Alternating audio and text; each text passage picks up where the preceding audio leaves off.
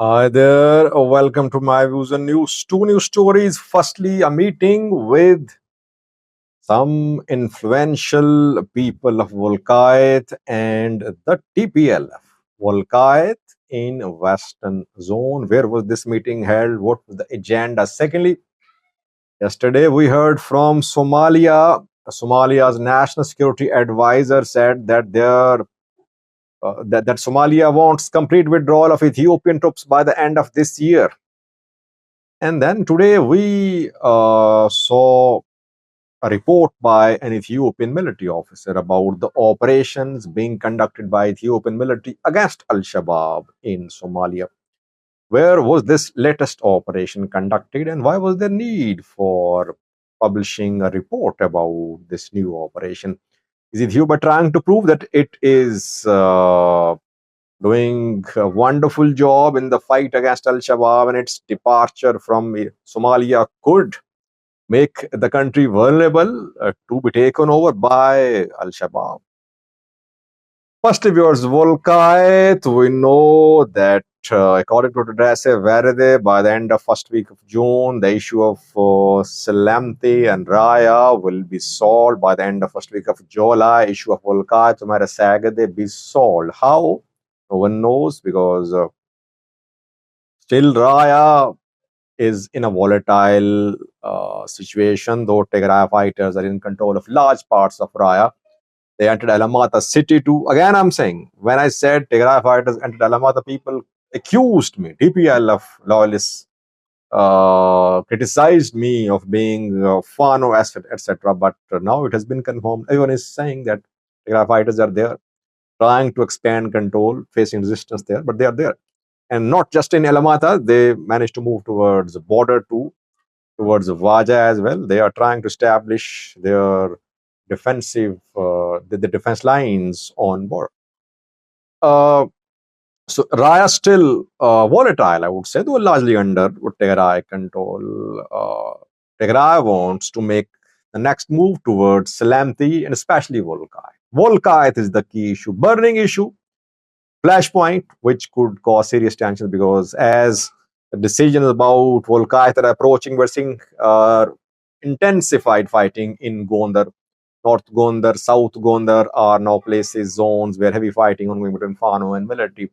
Today, transport ban was announced by Fano in South Gondar. We'll talk about that in coming videos in live chat as well.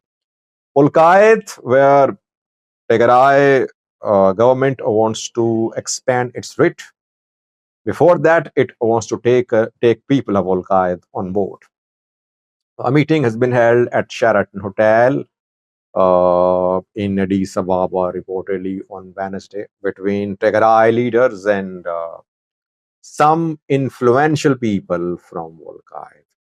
Tadase Verede was there reportedly. Wife of late TPLF leader is playing a key role in these negotiations. Her name is Azib Masfin, wife of Meles Zenawi. She has been running a humanitarian organization too, if I'm not wrong. And she has been specifically tasked with this assignment, that she should lead, or she should be one of the leaders when it comes to negotiations with the people of Wolkait. TPLF people are giving assurances to the Wolkait influential people that they will not bring in outsiders. Only original residents will return, and the rights of local people will be respected. They're saying that Mekelle is closer than Addis Ababa. That is why for Wolkait, Mekelle is better than Addis Ababa. Discussions were held. We don't know what happened. These influential people of Wolkait obviously are not the only players there. There is Wolkait, Amhara, Identity Restoration Committee. There is Demaike Zadu. There is Ashata Damleo. There are Fano militias too operating in Gondar. There are several key players, but it seems that Tigray People Liberation Front is paving the way. It is preparing the ground for its entry into Wolkait Humera Sagade. Maybe Tigray government has apprehensions that local people could rise against Tigray, the station, Tigray IDPs. That is why before the start of return of IDPs, before the start of entry of Tigray fighters, local people should be taken on board. That is why these meetings are being held. We don't know what will happen, but it just shows that Tigray is now focused on the next move, which is about Salamti and Wolkait, Humera, Sagre. Second was yesterday, Somalia announced the withdrawal of Ethiopian troops by the end of this year. Confirmation awaited from Ethiopian side. Somalia's National Security Advisor said, Hussein Sheikh, that by the end of December 2024, all Ethiopian troops would leave Somalia, but troops from Kenya, Uganda, Burundi, and Djibouti will continue for a year. Silence on Ethiopian side, but obviously if Somalia wants Ethiopian troops to leave, how can Ethiopia stay there? Ethiopian troops deployed under bilateral arrangement in Gaidu, Hiran, and Southwest State, and in Africa Union peacekeeping contingent as well.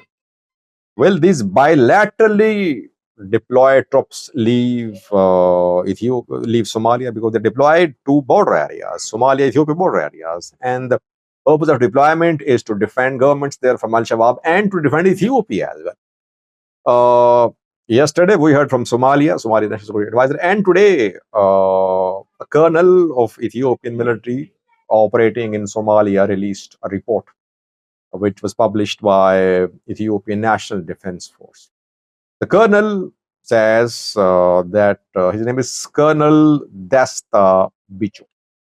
The colonel says that Ethiopian troops are fighting against Al-Shabaab. They are protecting the people.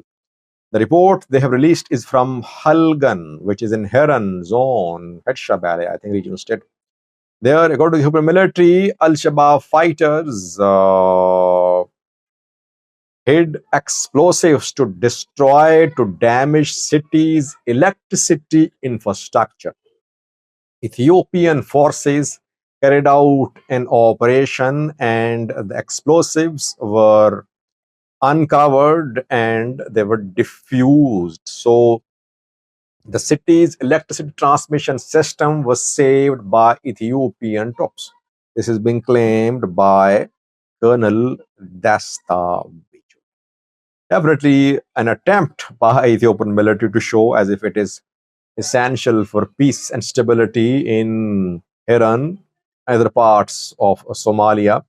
Somalia wants Ethiopia to leave, but it seems Ethiopian troops want to stay in Somalia. Let's hope there is no new border conflict or conflict in border areas. I mean, if Ethiopian troops start leaving Somalia, they start leaving Hiran, Southwest State, Gaido, could there be a vacuum which could be created, which could be filled by Al-Shabaab or some attacks by Al-Shabaab before the departure of Ethiopian troops to justify the presence of Ethiopian troops in Somalia, attacks by Al-Shabaab or by some other entities? Let's see.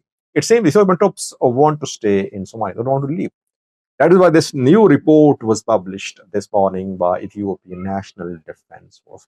As I said earlier, the purpose of deployment is to protect the people there, people of Somalia, and to keep Al-Shabaab at a distance from Ethiopian border.